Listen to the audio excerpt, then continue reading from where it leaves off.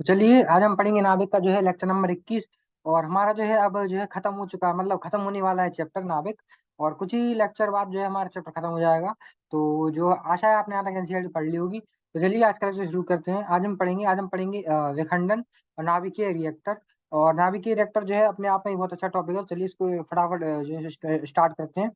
और आज लेक्चर जो है वो खत्म कर देंगे। तो अगर आपने अभी तक एनसीईआरटी जो है जितनी मैंने जो करा दी उतनी नहीं पढ़ी है तो पहले उसको पढ़ लीजिए, फिर यहाँ पे आइए। क्योंकि अगर आप बिना एनसीईआरटी पढ़े जो है यहाँ पे आएंगे तो समस्या ये होगी कि जो है आपको जो है लेक्चर उतने अच्छे समझ में नहीं आएगा। और उसके जो है कंपैरिजन में जो अच्छा पढ़ के आया है। तो अगर आप चाहते हैं कि एक आपको एक रैंक लानी है, अगर आपको कुछ जो है और उसे अच्छी जो है परसेंटेज बनानी है, तो आपको ये जो है एनसीईआरटी पढ़ना पड़ेगा। क्योंकि अगर आप नहीं पढ़ रहे होगे तो कोई और पढ़ रहा होगा, और फिर जब एग्जाम आएगा तो वो आपसे आगे निकल जाएगा। तो आपको देखना पड़ेगा। तो पढ़ पढ़िए और एनसीईआरटी जो रीड करते चलिए। चलिए आज का लेक्चर शुरू करते हैं। और विखंडन और नाभिकीय रिएक्टर। चलिए देखिए, प्राकृतिक रेडियो एक्टिव क्षयों के अलावा नाभिकों पर अन्य नाभिकीय कणों जैसे प्रोटॉन, न्यूट्रॉन, अल्फा कण आदि के प्रकार से होने वाली नाभिकीय प्रक्रियाओं पर ध्यान देने से नई संभावनाएं बनती हैं। विखंडन एक महत्वपूर्ण न्यूट्रॉन प्रेरक नाभिकीय प्रक्रिया है। विखंडन के उदाहरणतः जब किसी यूरेनियम ऐसा समस्थानिक जो है जैसे यूरेनियम 235 92 है पर न्यूट्रॉन से प्रहार कराया जाता है, तो वह दो माध्यमिक द्रव्यमान वाले नाभिकीय खंडों में विखंडित हो जाता है।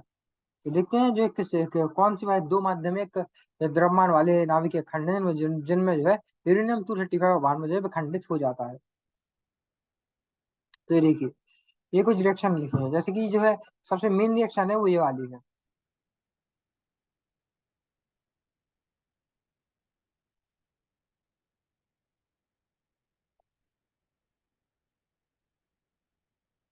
ये वाली, इसमें जो है इसमें इसको देखिए आप, जिसमें जो है अब यूरेनियम 235 है। और जो है उसका द्रव्यमान क्रमांक, द्रव्यमान संख्या और जो है परमाणु संख्या कितनी है उसकी 92 है। उस पर जो है एक न्यूट्रॉन से जो है प्रहार किया जाता है। तो उस एक न्यूट्रॉन से प्रहार करने पर वो क्या बन जाता है, वो बन जाता है। और रुकिए जरा,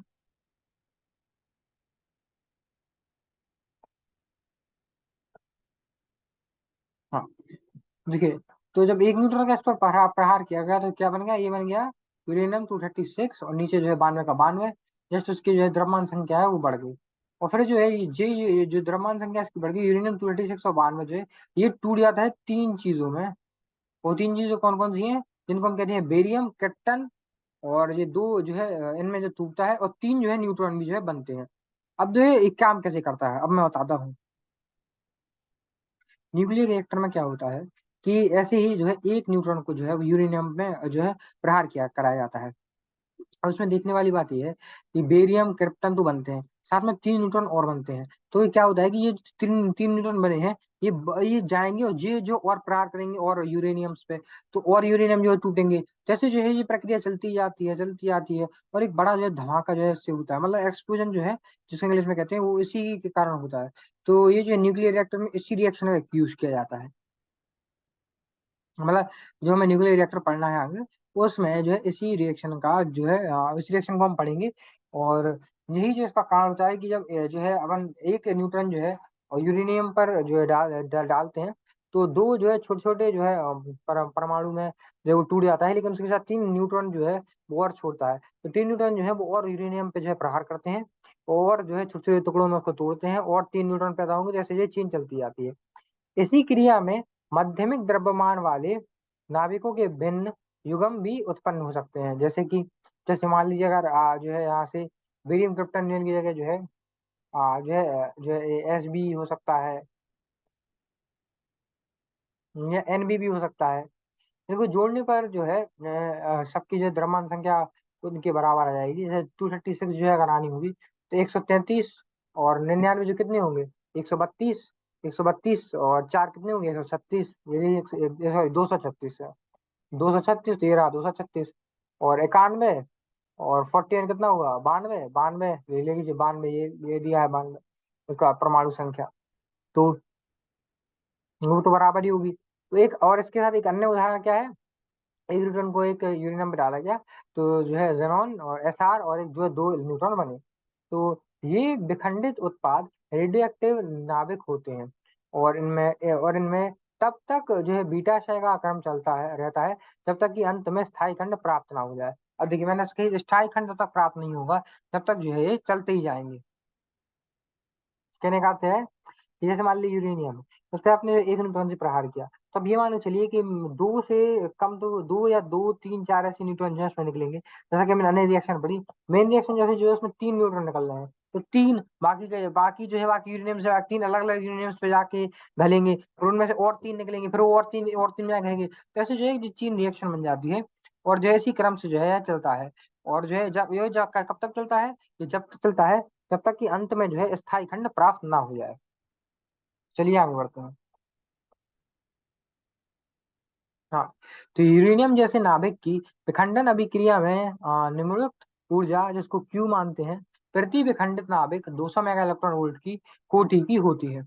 इसका आकलन हमें निम्नवत करते हैं। माना कि एक नाभिक जिसका 240 जो है द्रव्यमान संख्या है, और यह जो A बराबर 120 के दो खंडों में विखंडित होता है। मान लीजिए A जो है, अगर हम कहें, क्योंकि ये रहा, मान लो एक A है, इसकी जो है द्रव्यमान संख्या है 240। ये जो है दो टुकड़ों में टूटता है,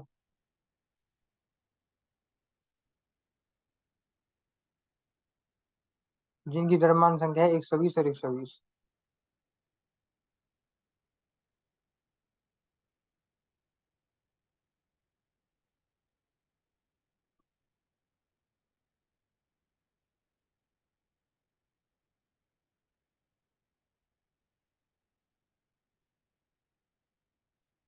समझे?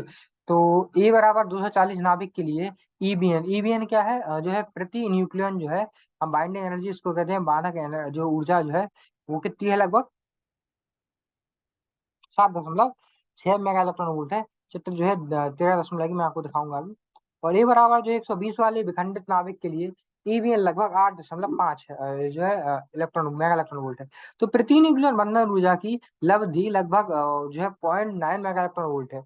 अतः बंधन ऊर्जा में कुल लब्धि अब है, कितने? अब एक न्यूक्लियन के लिए कितनी है? 0.9 मेगा इलेक्ट्रॉन वोल्ट। तो 240 के लिए कितनी होगी? 240 का जो आप जरा देखिए, और जब एक न्यूक्लियन के लिए जो है जब 0.9 है, 8.5 में 7.6 घटाइए तो 0.9 आ जाएगा। तो प्रति न्यूक्लियन बंधन ऊर्जा की लब्धि कितनी है? 0.9 मेगा इलेक्ट्रॉन वोल्ट। तो बंधन ऊर्जा में कुल लब्धि कितनी होगी? 240 जो है उसका गुणा कर दो 0.9 से, तो कितना आएगा? तो 216 मेगा इलेक्ट्रॉन वोल्ट, जो इसका आंसर आएगा। मैं आपको दिखाता हूँ आगे।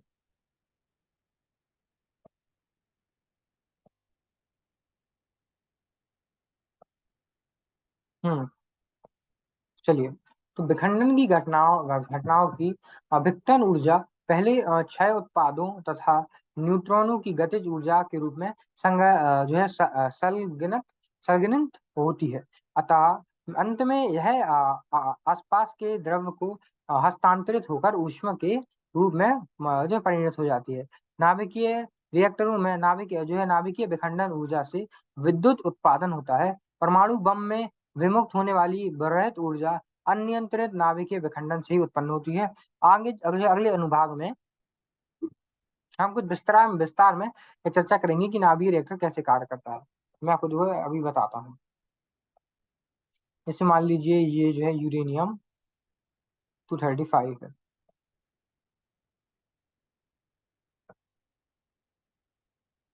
ठीक है।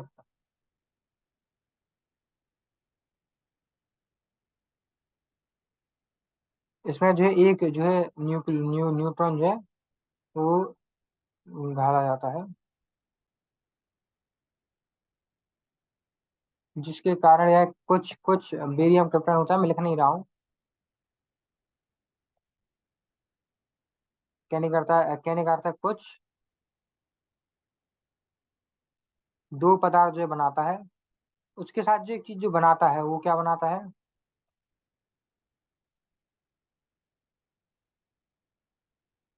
तीन और न्यूट्रॉन। तो समझे, तो जब ये 3 और न्यूट्रॉन बना रहे हैं, तो 3 जो न्यूट्रॉन और बना दिए, ये, और यूरेनियम 235 में जाके घलेंगे।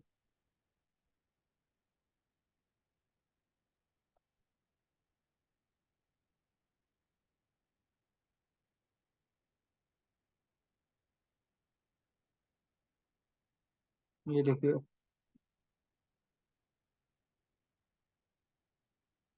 और यूरेनियम 235 में घलेंगे, तो जब और यूरेनियम 235 में घलेंगे तो वो और 3 जो है उनमें टूटेगा,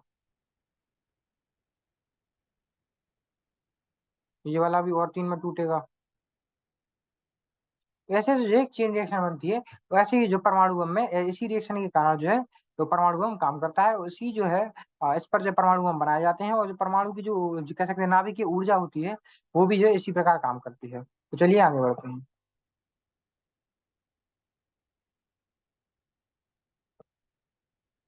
तो अब पढ़ेंगे हम नाभिकीय रिएक्टर के बारे में। तो विखंडन क्रिया में अतिरिक्त जो है न्यूट्रॉन की उत्पत्ति, समीकरण 13.26 से 13.28 में विखंडन के माध्यम से एक महत्वपूर्ण सत्य प्रकट होता है। विखंडन प्रक्रिया में एक अतिरिक्त न्यूट्रॉन की उत्पत्ति होती है, और प्रति जो है यूरेनियम विखंड में औसतन 2.5 न्यूट्रॉनों की उत्पत्ति होती है। मैंने ऐसा बताया था, जब एक इलेक्ट्रॉन जो है जाके घलता है यूरेनियम में, तो जो है औसतन जो है 2.5 न्यूट्रॉनों की जो है उत्पत्ति होती है। इसका कारण यह है कि कुछ जो है विखंडन घटनाओं में 2 न्यूट्रॉन और कुछ में 3 न्यूट्रॉनों की उत्पत्ति होती है। तो 2.5 के औसतन, क्योंकि कुछ में 2 न्यूट्रॉनों की होती है, कुछ में 3 न्यूट्रॉनों की जो उत्पत्ति होती है। तो जब हम जो औसतन कितना है, औसतन जो है वो 2.5 आ गया। तो कहने का अर्थ है कि जब एक जो है न्यूट्रॉन जो है किसी भी यूरेनियम में घलता है, तो औसतन जो है 2.5 न्यूट्रॉन जो है बाहर निकलते हैं। वो और जो है यूरेनियम पे जाके घलेंगे, तो और इस ये ऐसे जो है और यूरेनियम में घलेंगे, तो वो और न्यूट्रॉन जो है निकालेगा, तो वो न्यूट्रॉन निकालेगा, ऐसे जो है चेन चलती चली आएगी, और न्यूक्लियर रिएक्टर जो है इसी पर काम करता है, नाभिकीय रिएक्टर। तो देखिए। हम्म। तो विखंडन क्रिया और अभिक्रिया की संभावना। तो अतिरिक्त न्यूट्रॉन विखंडन क्रियाओं की शुरुआत कर सकते हैं, और अधिक न्यूट्रॉनों की रुकिए मैं इसको बता देता हूँ, तो एक अधिक और एक्स्ट्रा आ गया।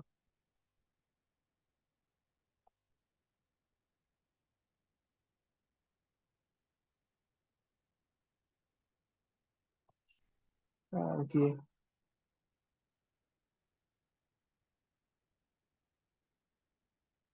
काम करते हैं इसको, यहाँ से रब करते हैं।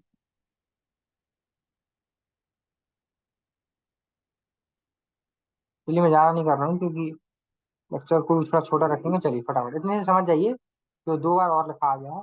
तो देखिए, अतिरिक्त न्यूट्रॉन विखंडन क्रिया की शुरुआत कर सकते हैं, और अधिक जो है न्यूट्रॉन की उत्पत्ति हो सकती है। इससे एक श्रृंखला अभिक्रिया की संभावना पैदा होती है, जो जो एनरिको फार्मी के ने पहले ही साबित की थी। और इस श्रृंखला अभिक्रिया को समुचित रूप से नियंत्रित करने पर हमें स्थायी ऊर्जा जो है निर्गत हो सकती है। इसी जो है स्थायी ऊर्जा को जो है हम विभिन्न प्रकारों से इस्तेमाल कर सकते हैं, और नाभिकीय रिएक्टर में सही प्रक्रिया होती है। तो यदि श्रृंखला अभिक्रिया अनिय, ये जो पूरा नहीं, इसको मैं जो है कैसे कर देता हूँ, एक पॉइंट जो है गलत है, तो इसको मैं हटा देता हूँ।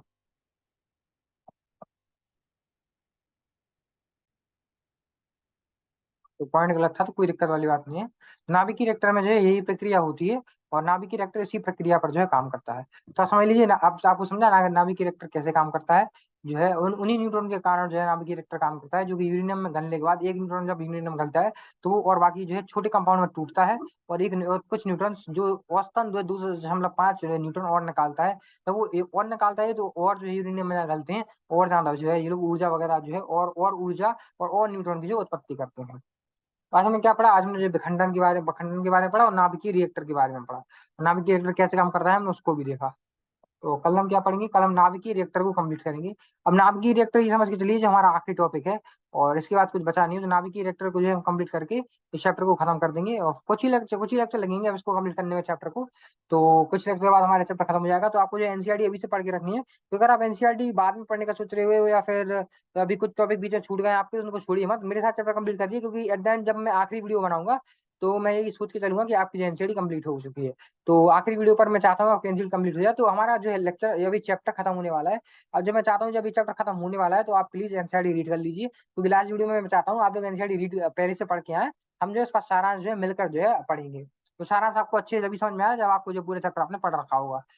तो बस आज के लिए कंप्लीट करते हैं। नाभिक रिएक्टर जो हम पढ़ना है तो उसको आप एक बार रीडिंग करके अगली क्लास में आइएगा, तो आपको जो अच्छे से समझ में भी आएगा। तो चलिए, बस धन्यवाद, आज के लिए इतना लेक्चर काफ़ी है, और तो मिलते हैं अपने अगले लेक्चर में। तब तक के लिए टाटा बाय बाय, धन्यवाद।